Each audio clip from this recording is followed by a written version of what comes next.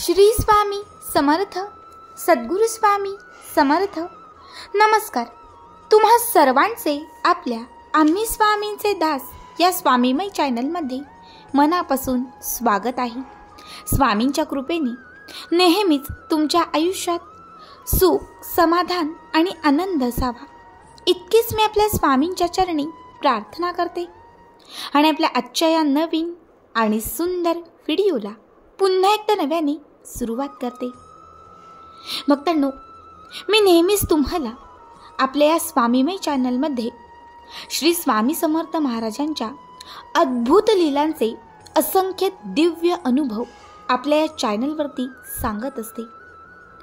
असंख्य वेळा श्री स्वामी समर्थ महाराजांच्या घरी घडलेल्या दिव्य लीला मी तुम्हाला आपल्या या चॅनलवरती अगदी प्रत्यक्ष दाखवत असते.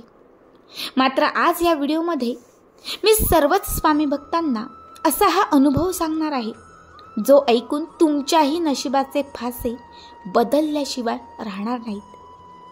तुमच्याही आयुष्यात स्वामी कृपा घडल्याशिवाय आणि तुम्हालाही याची अनुभूती आल्याशिवाय अगद्याच राहणार नाही. फक्त त्यासाठी आपला आजचा हा व्हिडिओ शेवटपर्यंत पहा आणि जे नवीन आपल्या चॅनलवरती कुणी असतील त्यांनी मात्र आपल्या चॅनलला सबस्क्राईब करा. कारण तुम्ही आपला चॅनल सबस्क्राईब केल्यामुळे मी पुढचे जे काही व्हिडिओ बनवेन त्याचे सर्वात पहिले नोटिफिकेशन हे तुमच्यापर्यंत पोहोचेल. तर भक्तांनो, आजचा हा अनुभव आहे सातारामध्ये राहणाऱ्या स्वामी भक्त सौ गौरी यतीन दुपारे या ताईंचा. पुढील हा संपूर्ण अनुभव या ताईंच्याच शब्दात. ताई म्हणतात, सर्वप्रथम सर्वांना श्री स्वामी समर्थ. जय जय स्वामी समर्थ. मी सौ गौरी दुपारे आणि आज मी तुम्हा सर्वांना माझ्या आयुष्यात स्वामींनी घडवलेली ही अद्भुत लीला, माझ्या नशिबाचे स्वामींनी बदलवलेले फासे आणि मला दिलेला पुनर्जन्म, सगळंच माझ्या आयुष्यात स्वामी कृपेने कसं घडलं आणि स्वामी कृपेने माझं आयुष्य कसं बदललं हे मी तुम्हाला सांगणार आहे. खरं तर मी मूळ कणकवली येथून, मात्र विवाहानंतर मी साताऱ्यात, कारण माझं सासर हे साताऱ्यामध्ये. इथेच माझे पती, सासू, सासरे हे सगळे वास्तव्यास होते. माझे पती हे शेअर मार्केटमध्ये इन्व्हेस्टमेंट म्हणून कार्यरत, तर मी एका प्रायव्हेट बँकमध्ये जॉबला. दररोज जॉबवर जाणे, त्यानंतर मग घर सांभाळणे, संसार करणे यातच माझं आयुष्य. देव, धर्म, मंत्र, स्तोत्र हे काहीच माझ्या नशिबात नव्हते, कारण मला तेवढा वेळही मिळत नसे. खरं तर मला त्याची इतकी आवडही नसे. देवघरामध्ये दिवा लावणे, कधीतरी देवांना आंघोळ घालणे, नवरात्रीत कुलदेवीची ओटी भरणे, देव्हाऱ्यामध्ये दररोज फुलं लावणे, चतुर्थीला गणपती बाप्पांना दुर्वा अर्पण करणे, बस इतकाच काय तो माझा देवांशी संबंध. तसं तर माझ्या आयुष्यात लहानपणापासून सगळं छान होतं. मी लहानपणापासूनच कर्मवादी, म्हणजे कष्टांना आणि कर्माला सर्वात आधी प्राधान्य देणारी होती. माझा कष्टावर आणि कर्मावर खूप विश्वास. सगळं काही चांगलं सुरू असताना एके दिवशी माझ्या सासऱ्यांना एक मेजर अटॅक आला आणि त्या दिवशी अगदी एकाच रात्रीत त्या हार्ट अटॅकने त्यांचा मृत्यू झाला. एकाएकी त्यांच्या जाण्याने आम्ही संपूर्ण घरातले तुटून गेलो. माझ्या पतींचा त्यांच्या बाबांवरती खूप जीव. एक वेळ ते माझ्याशिवाय जगू शकत होते, पण बाबाशिवाय अशक्य. अगदी असं झाल्यानंतर 6 महिने ते घराबाहेरही पडले नाही. नेमकं त्याच दरम्यान शेअर बाजार खूप डाऊन झाला आणि त्यात गुंतवलेले पूर्ण पैसे आमचे डुबले. त्या 2 महिन्यात आमचे 8 लाख आणि पुढच्या 4 महिन्यात आमचे 7 लाख, असे एकूण 15 लाख रुपये गेले. त्यात माझी डिलेवरी झाली, त्यामुळे मी सुद्धा जॉबवर सुट्टी घेतली. माझ्या नोकरीवर सुद्धा 10 लाखांचं कर्ज होतं.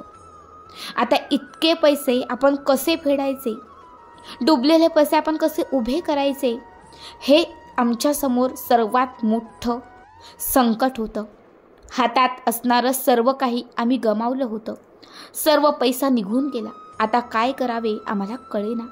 बघता बघता डोक्यावर 25 लाखांचे कर्ज झाले आणि हे कर्ज वाढत गेले.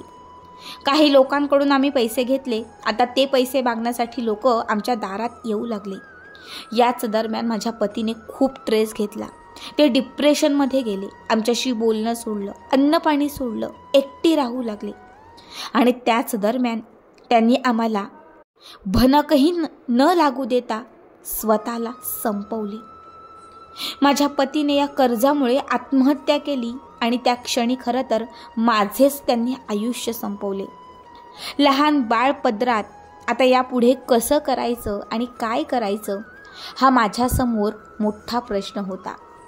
आता आव्हानं माझ्यासमोर खूप होती. कसे जगावे हे कळत नव्हते.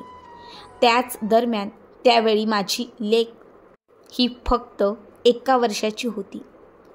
खरं तर मी खूप थकली होती, पण माझ्या मुलीकडे बघून मला जगणं भाग होतं. मी सुद्धा खूप टेन्शनमध्ये होते. अशातच एके दिवशी मोबाईलवरती अचानक स्वामींचा तारक मंत्र लागला. खरं तर हा कुठला मंत्र आहे मला माहितीही नव्हते, पण मोबाईलमध्ये यूट्यूबला तारक मंत्र लागला. त्या दिवशी मी पहिल्यांदा तो मंत्र पूर्ण ऐकला आणि माझ्या मनाला तो मंत्र खूप भावला. न कळत त्या मंत्राने माझ्या डोळ्यात पाणी आले. मग मी तो मंत्र दररोज ऐकू लागले. अशातच मला यूट्यूबला स्वामींचे काही अनुभव ऐकायला मिळाले. त्या दरम्यान असंख्य अनुभव होते. बऱ्याच लोकांच्या समस्या स्वामी सेवेने सुटल्या होत्या. बऱ्याच लोकांच्या आयुष्यात स्वामींनी चमत्कार केले होते. स्वामी खरंच लोकांचे नशीब बदलवतात यावरती माझा विश्वास बसला आणि मी सुद्धा स्वामी सेवा करण्याचा निश्चय केला. मी स्वामी सेवेला लागली. स्वामींची एक मूर्ती छान मी घरी आणली आणि स्वामी सेवा करू लागली. त्यानंतर मग मी जॉबलाही जायला सुरुवात केली. पण प्रश्न एकच होता की इतकं कर्ज कसं फेडायचं. मी स्वामींना दररोज यातून मार्ग काढायला सांगायचे. मी दररोज स्वामींना माझ्या आयुष्यात फक्त हे संकट टाळायला सांगायचे आणि मी मनापासून स्वामी सेवा करायचे. खरं तर माझ्या ऑफिसमध्ये एक कलीग आहे जी खूप जुनी स्वामी भक्त आहे. तिने मला त्याच दरम्यान स्वामींच्या महिला सेवेकरी ग्रुपला जॉईन केले, ज्यामध्ये मला प्रदीप दादांचा नंबर मिळाला. खूप प्रयत्न केले आणि मग 3 महिन्याने खूप प्रयत्नांनी माझा कॉन्टॅक्ट प्रदीप दादांशी झाला. मग मी दादांकडून कर्जमुक्तीची सेवा घेतली. दादांनी माझी सर्व समस्या ही ऐकून घेतली. त्यावेळी त्यांनी मला खूप धीर दिला.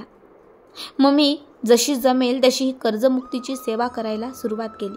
त्यात मी 11 गुरुवार केले, 7 गुरुचरित्र केली. दररोज मी स्वामी सारामृत वाचायचे. अगदी जसा वेळ मिळेल तशा मी सेवा करायचे. त्याच दरम्यान एक मोठा साक्षात्कार माझ्या आयुष्यात घडला. माझ्या पतीने आत्महत्येपूर्वी काही शेअर्स हे जमा केले होते आणि त्यांच्या जाण्यानंतर 5 वर्षानंतर ते शेअर 80% वाढले होते, ज्यामुळे त्याची रक्कम ही तब्बल 45 लाख रुपये झाली होती. आणि जेव्हा मला हे पारायण कालावधीमध्ये कळले तेव्हा काय सांगू तुम्हाला माझे काय झाले. ताई म्हणतात मी रडत होते. माझ्या डोळ्यात ते आनंदाश्रू होते, कारण स्वामींनी माझ्या आयुष्यामध्ये केलेली ती पहिली सर्वात मोठी लीला होती. स्वामींची लीला मी त्या क्षणी पाहत होते जिथे सर्व संपले आणि सगळे काही शून्य होते. तिथे पुन्हा एकदा स्वामींनी मला त्या शून्यातून वर आणले होते. ते 45 लाख रुपये त्यावेळेस मला मिळाले. माझ्या आयुष्यात तो खूप मोठा आधार बनला. काही पैसे मी पुन्हा गुंतवले आणि काही पैसे हे मी कर्जाचे परतफेड केले.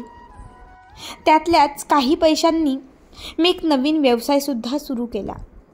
बँकेतली नोकरी मी सोडून दिली आणि त्यानंतर मी एक छोटंसं हॉटेल सुरू केलं.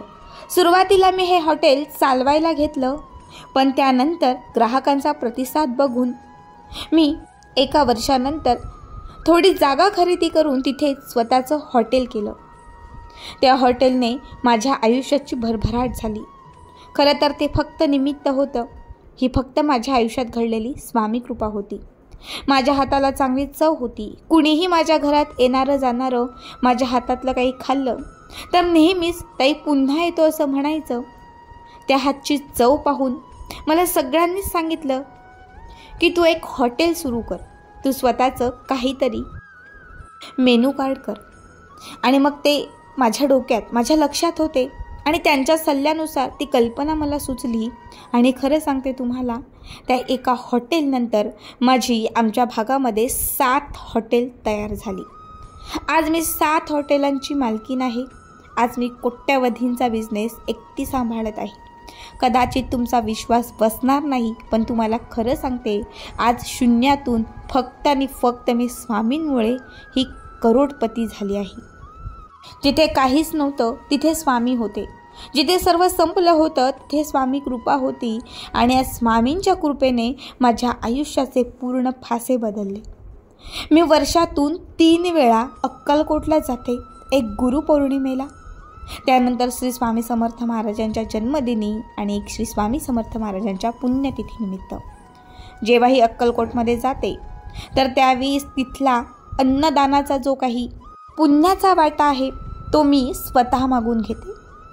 आणि प्रत्येक वेळी अक्कलकोटमध्ये अन्नदान मी स्वतःच करते. जमेल तशी गोरगरिबांना मदतही करते. कारण जे दिवस मी भोगलेत, जे दिवस मी सोसलेत ते कुणाच्याही वाट्याला असू नयेच, बस इतकेच मला वाटते.